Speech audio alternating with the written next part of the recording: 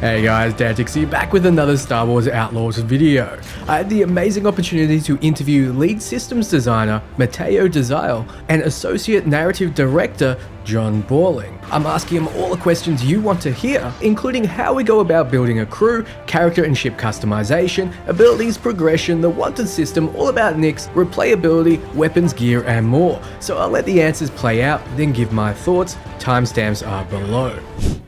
It's mentioned that you'll be building a crew and pulling off the greatest heist the galaxy has ever seen. How does this work both in gameplay and narratively? Will we have the freedom of, say, Mass Effect 2? So, when we started working on this story and really finding, Kay Vess's story as a budding outlaw and getting thrown into this thing with a death mark on her back and so on, we knew that we wanted something that, a big obstacle and a big challenge for her to overcome, and the heist just feels like this very rich kind of high stakes challenge for a scoundrel to sort of deal with. And of course you can't do it yourself.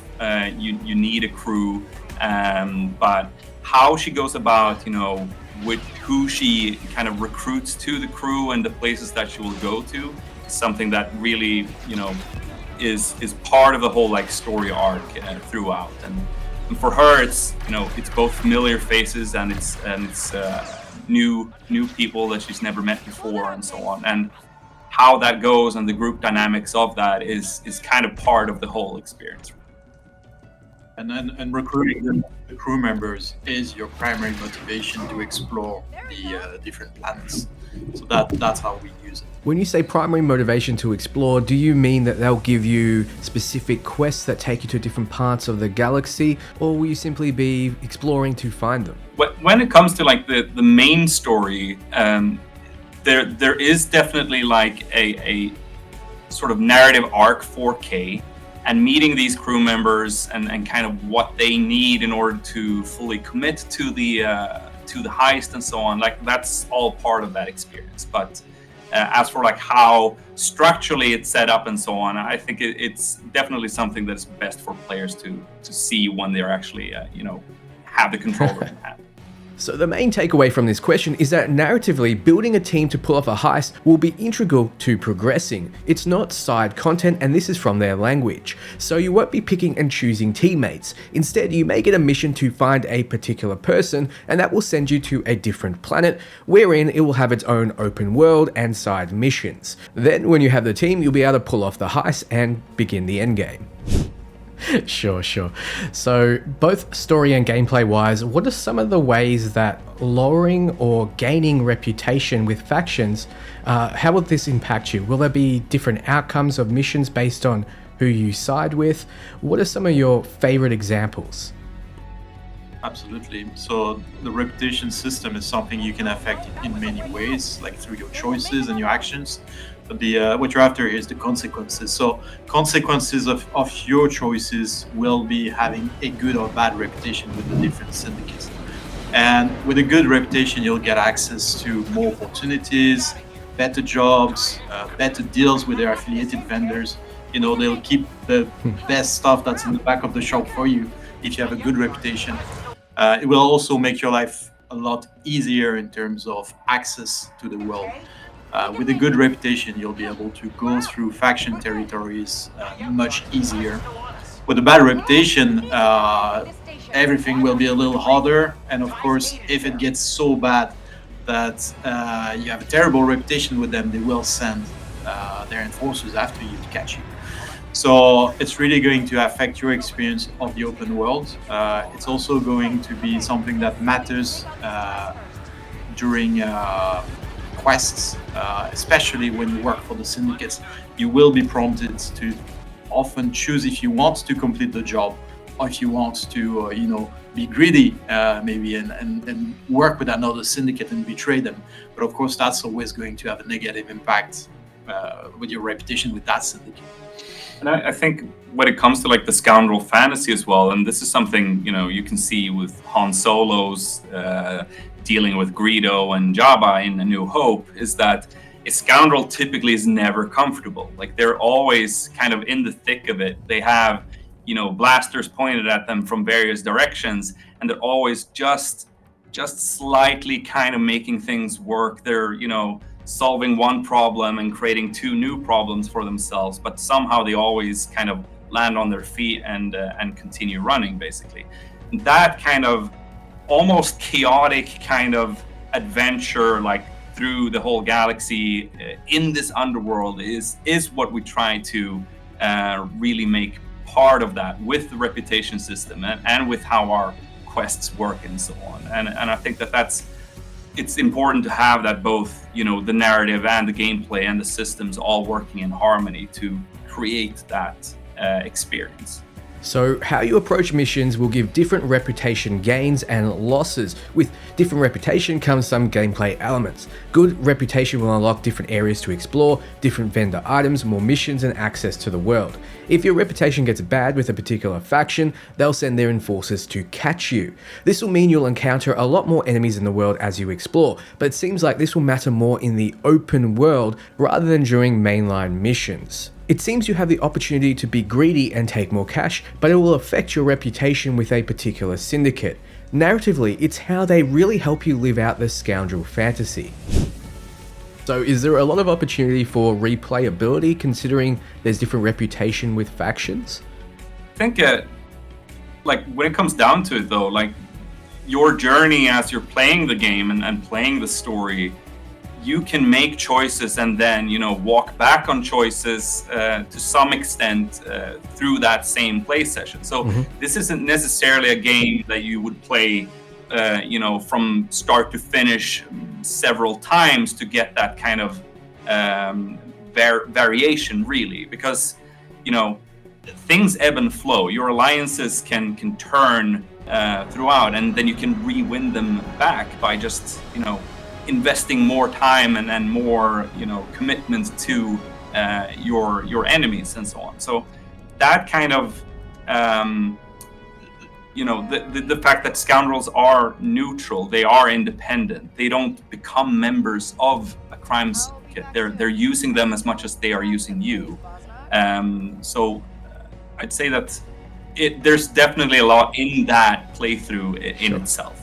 So in terms of replayability, it seems like you won't need to play through the game multiple times to see every possible outcome. Reputation can be gained and lost, and through minor things like choosing to bribe or not to bribe will lead to different narrative outcomes, but perhaps it won't change the narrative direction. Instead, it will offer different rewards and penalties. The devs state you won't need to play through multiple times, and there's more than enough there for a rich experience the first time around. So speaking of neutral, can you undertake missions for the Empire? I'd say that when you work with a scoundrel character like Kay, there are some values that are very integral to her character.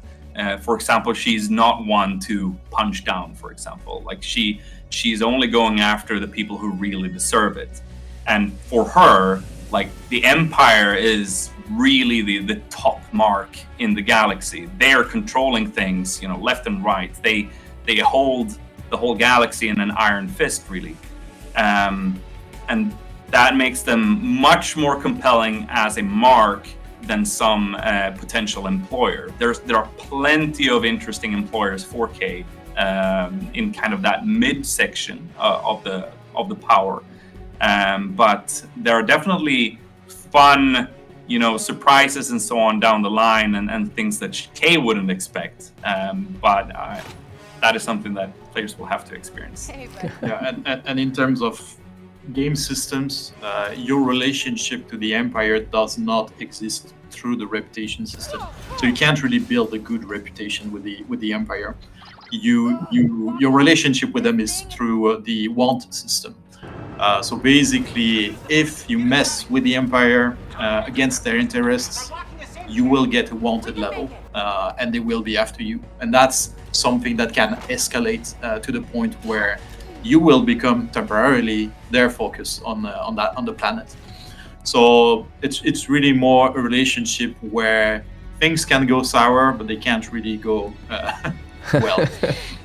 So the answer is no, you can't directly work with the Empire. Scoundrels may be scoundrels, but Kay has her values. In the gameplay footage shown last year, you see she has a sort of disdain for the Imperials, who she calls imps.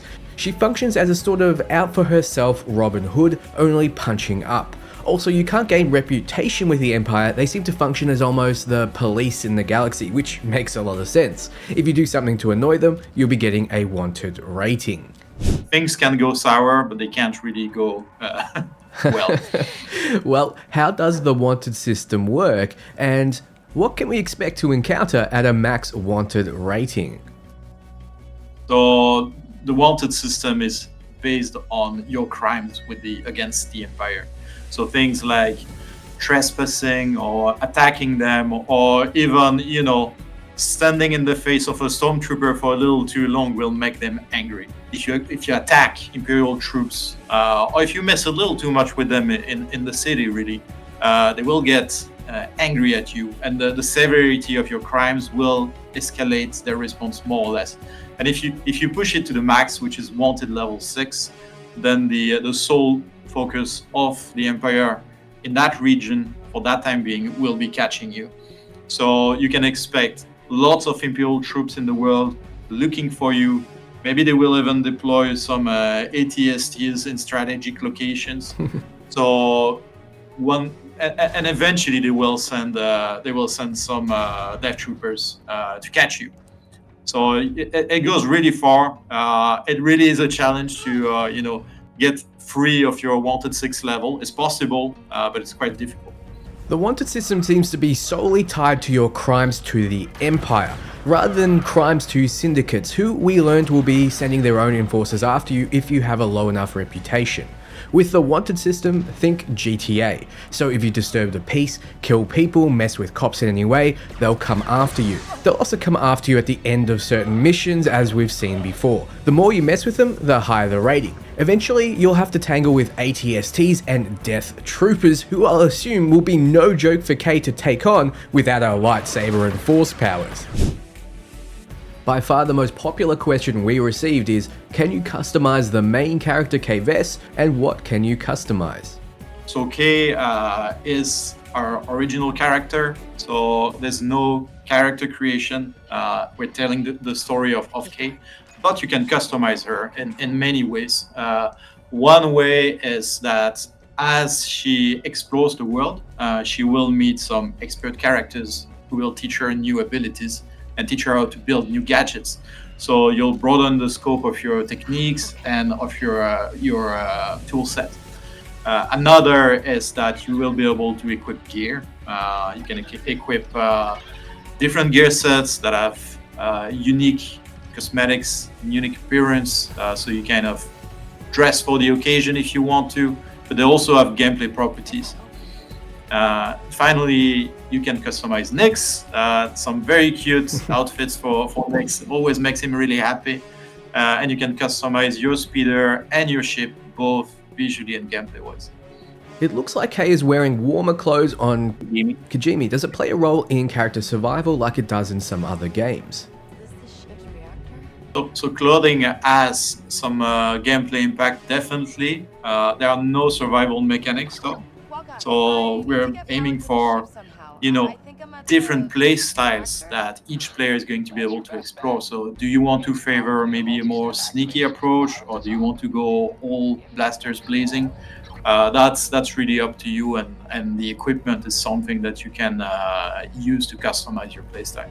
So everyone hoping you can change Kay? You can't. I don't want to see anything in the comments about her messed up eyes and how the actress playing her is better looking. You're stuck with her. You can, however, customize different aspects. One of the ways is exploring the world and meeting expert characters. These experts will give her tasks so she can learn new abilities and build new gadgets, which I'll go through later.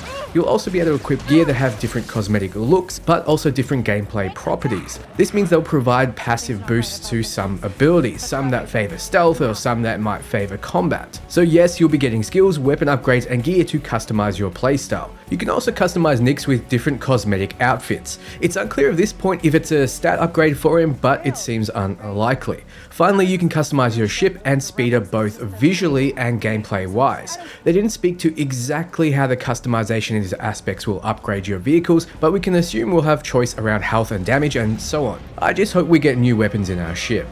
During the gameplay, we see notifications that we're progressing through unlocking what seem like to be perks. One was called Treasure Hunter and another was called Light Footed. Could you talk to these? Will we have a skill tree system? Will we have a perk system? How do we progress our character? Absolutely. So our approach to progression is through expert characters who will teach Kay some new abilities. You need to first find the experts and then convince them to help you. So that in itself is a whole adventure. But once you've convinced them, they will tell you how to improve certain abilities or certain aspects of your character, if you will. And what you've seen is essentially what we call learning steps. So by going through learning steps, you will eventually unlock an ability. So what we're trying to replicate here is, Kay doing those things and learning by herself what the experts hinted at. And that leads to gameplay challenges. It can lead also to you having to find parts to assemble new gadgets.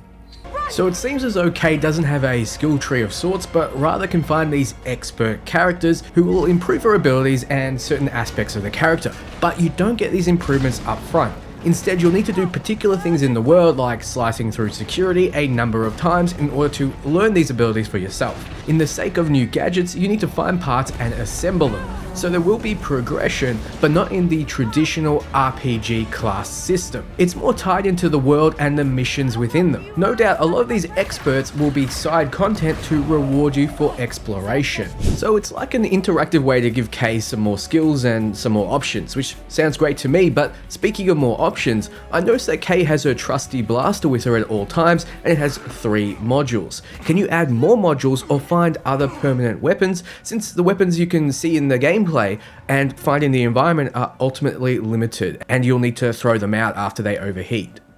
Yeah, absolutely. So Kay is she's a scoundrel. She knows how to adapt and roll with the punches. So using weapons from enemies and from the environments is a thing. It's temporary though. Her blaster is the one weapon she'll always carry with her. And as you saw, there are 3 different modules. There's plasma for damage, iron for disruption, and power for heavy damage. And the blaster can be customized in different ways. You can change its visual aspect, but you can also equip different configurations that will change how it plays, and you can upgrade each configuration. So there's quite a lot of breadth and depth to the blaster. And it really is a part of Kay's personality, I'd say, that she has her tools that she's used for years, that she trusts, that she knows how to handle, and that is why that blaster is very special to her. And she's gotten really good with years of training in using it. So it is her preferred weapon and her kind of trademark weapon.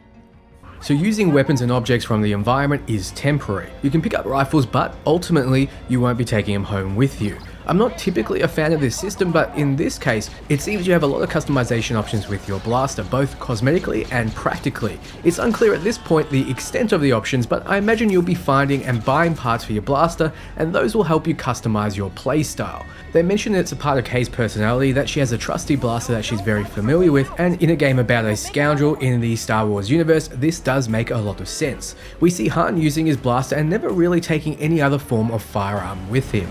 Now, I can see Nyx becoming a fan favorite. Will we get a bit more backstory on him? Maybe how Kay and Nyx became partners? Also, gameplay wise, what are some of your favorite ways you can utilize Nyx? Yeah, so, it's clear from the start in the game that Kay and Nyx have known each other for a very long time. We do absolutely, kind of hint at how they came to meet and how they grew up together in a way. But that is something that players will have to play the game to really experience. But ultimately, they are they never leave each other's side. Like they are in it together through thick and thin. And I think for me, one of my favorite like thing that you can do with him is absolutely his distract move. There, where you can point him, whether it's to a camera or to patrols or so on. He has some really clever ways in how he distracts them and kind of gives Kay an opening to either pass by or to knock out guards and stuff like that. So that is definitely one of my favorites. Yeah, and we really, gameplay-wise, we've always seen Nyx as an extension of Kay. So they are a inseparable duo, both narratively and gameplay-wise. So you can use Nyx in the same style as you can use Kay. So if you want to approach a situation in a more sneaky, stealthy way, there are things that Nyx can do. Like, yeah, Nyx can distract enemies, Nyx can booby trap some alarms, or if you want to switch to combat, Nyx can also go on the aggressive with you and attack enemies. So there are so many ways that you can use Nyx, and Nyx can also do some things that Kay cannot. Like Nyx is small, so Nyx can reach locations to push buttons and pull levers. So really, it's a very complementary duo that we have here gameplay-wise. So we've seen in the gameplay many ways you can utilize Nyx, and no doubt there'll be ways to upgrade his effectiveness. If you want to see more ways to utilize Nyx, be sure to check out my gameplay analysis video, also on the channel, link below. So what did you think? We'd love to hear your feedback. If you appreciate the video, be sure to give it a like and double check if you're following or not. It takes you a click, but it means a lot to me. So thanks for watching. For everything RPG, you're in the right place. Ciao, friends.